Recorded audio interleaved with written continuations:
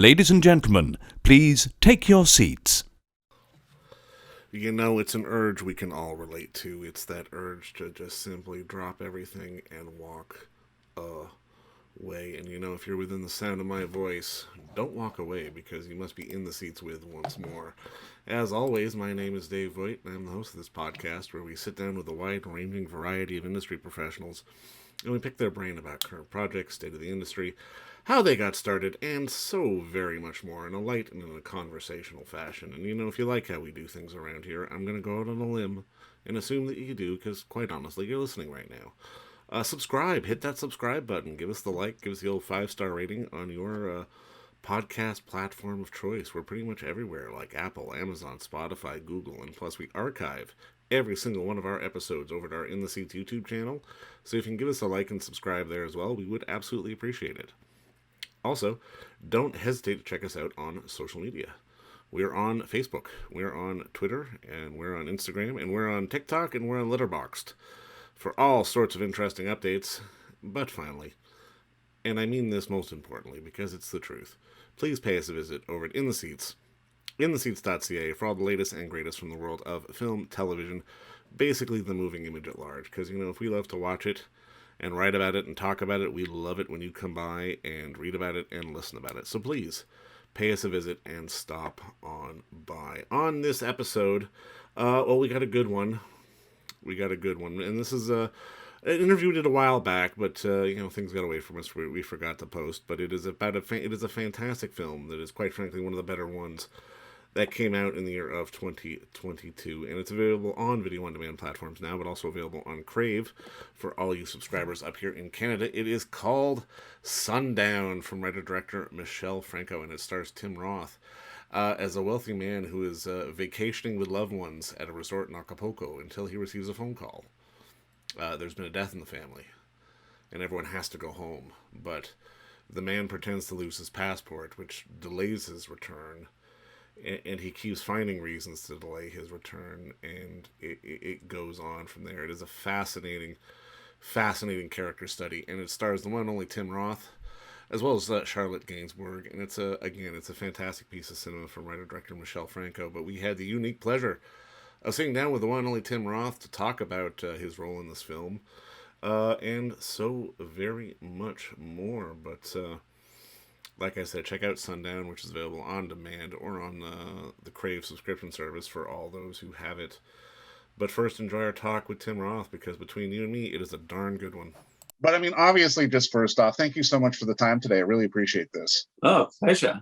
Now, I mean, congrats on the movie, man. I mean, I absolutely loved it. And I mean, I've got to ask, I've got a feeling like getting a script like this come across your desk has got to be a bit of an actor's dream, because I mean, you get to convey so much without sort of having to hammer us over the head with it as an audience. Like, how was it for you, sort of that initial experience, sort of getting the script coming across your desk? It's one of the few times when it doesn't happen that way. So Michel is very unusual. He's a unique character, and we've developed a relationship over the years. And so the way it goes down with him, and it did so at the very beginning, is he gives me a call, or if he's in town, he stops by, and he says, think about making a film about, and he tells you in a nutshell what's intriguing him, what he would like, he thinks would be an interesting journey to go on. And then we start talking, and we back and forth, and the ideas, what about if, constant. There's no script at this point. This is just is discussion. Talk about who the character is, why the character does what he does. And then we scrap everything. And then we turn it upside down. And then it is a very intriguing and unique process working with him. So there is no script. Eventually, he comes to, and he does work quite quickly when it gets to this point. So a few weeks after we've started, we talk every day, blah, blah, blah. Then he goes, I think I'm going to write a first draft. So then a first draft arrives, usually pretty quickly. And then it's torn apart, spun around, turned on its head, and then thrown out the window. And then caught on the sort of while it's fluttering down, that kind of stuff. It's really wild. And then another draft, and finally we have what we call the script. Okay, that, and then we and then he goes about casting and all of that stuff, and then you land. You're in this case in Acapulco, which is wild, and it evolves from there. It doesn't stop. The change in it. I mean, certain things are do not change. Why my character may be behaving in a particular way at a certain point on a journey, but he's always open to, if something happens, he goes, "Oh, look, let's shoot down there. Let's do that. So it is constantly changing and working. Although he's got his beginning and middle and end, if you like. But until he calls wrap on production, on filming, it is a living beast, that piece of work. And then he goes away and makes the film. The next part is post-production, and he goes away and makes his film. I haven't seen it yet because I want to see it with an audience, and not a festival audience. I want to see it with an audience. I'm holding out for that. But it is very quiet in the dialogue front, because he's as fascinated with silent movies as I am, and also not dumping just a ton of exposition on the audience. Why not just take them on that journey with you? They can make their own decisions about what this is about and why people are behaving the way that they are, and so the audience is given has an assumed intelligence, whereas that is not necessarily the case these days. So it's fascinating. It's a constantly evolving and living process. And this is a podcast, by the way, so you can say shitload all you want. It's fine. Oh, okay, good. But I love this guy because you're really trying to sort of embody a character that, in essence, is actively trying to fade away from being alive. I've got to imagine for you, it's a moving target on a daily basis. Yeah, I mean, he has made. Obviously don't want to give anything away particularly, but yeah, he's made a choice. Now, the wisdom of that choice is up for grabs, but he has. And the background that he comes from, the responsibilities that he ostensibly has, and the fact that he chooses not to give his reasons for his behavior. It's again a choice, but we'll see. I mean, again, from my experience, people who have seen it, people have told me that they've seen very different films. Yeah. I did, some people think it's really funny. Some people think it's psychopathic and very dark. I mean, that's all credit to Michel for achieving that. That's quite something, I think. I definitely think I'm walking the line somewhere in the middle between those emotions. But no, I mean, it's one of those movies that just sort of hooks you in and really grabs you with sort of the silence and just the thinking and just sort of really the introspection of it all. And I mean, to me, this really feels like a perfect encapsulation almost of your entire career, because I mean, of everything I think you've ever done, nothing has been boring. And this is not a boring film. I don't know. I mean, I had very, very early on, my idea was not to have a plan. Right. I felt that was the best plan. And so I kind of enjoyed the mess of my so-called career. Some of it's terrible. Some of it, you just got to pay the rent. That's right. Just the way it is. That's life. But then you get to do the ones that you do for love, and sometimes they work and sometimes they don't, but it's ongoing. I never know what's coming next. I never know. I do know sometimes I go, okay, got to pay the mortgage. That's what the next job is. Sometimes those are the most fulfilling ones that you'll do. I don't have a secret plan for any of this. I guess the secret plan is there. A not so secret plan is there is no plan. No, I mean, for you, when you're looking at stuff, like, what is sort of the main drive to make you want to say yes? Is it sort of the filmmaker? Is it the character? Because I mean, obviously, like if you're doing a series, you're gonna get a long time to sort of exist with a character. But whereas something like this, like we even said, from a dialogue standpoint, it's something you have to wear in your face. You're not necessarily, as we said before, you're not hitting us over the head with a shitload of exposition. Yeah. I mean, one of the hardest things to do is to do nothing for an actor. Right. It goes against the grain. But it's, for me, I find that challenge fascinating, and I enjoy it. Yeah, I mean, I don't know. I'm trying to think. I suppose my journey with Michel has been really very much a roller coaster. From seeing a film that he'd made very early on in his so-called career. I've always had a problem with calling being an actor a career, having a career. What an odd choice of words. Anyway, turn of phrase. But he was very, I saw a film that he made called After Lucia, Dispersed to Lucia, and it devastated me. And I asked him for a job, and that led to 600 Miles and Chronic.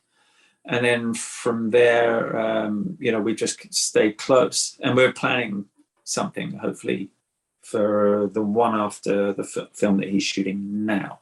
So we're working with the conversation started. I mean, I never knew this was coming. I never know what's coming.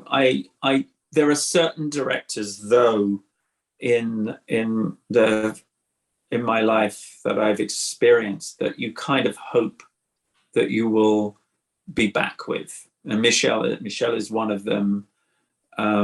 Quentin's one of them, and Alan Clark sadly is gone, but he would have been one of them too. My very first director on film would have been one of them. We stayed close. People like that, they're rare, but they're the ones that kind of shape you. Michel is one of those people that, even at this late, this far down the line for me, challenges me and makes me want to still do this job. For sure. And I'm curious because, I mean, in watching the film, this feels like something that possibly couldn't have been made 10 years ago. And I mean, we look at Michel's work, I mean, and we look at sort of the boom, as it were, of just to get stuff out there and get content out there and get stuff out there. Like, this to me still feels very uniquely him, but also very much his most accessible. Whereas before, maybe his work would have played only in film festivals or only for certain crowds, kind of thing. Well, yeah, I mean, I think it took him having, I don't know how to put it, but he's had his life experiences have brought him to this point. Right. It took that time for him to make this film and to deal with this subject. Although, I have to say, I don't know if I agree with myself there, because his films take on big topics. For sure. They always have.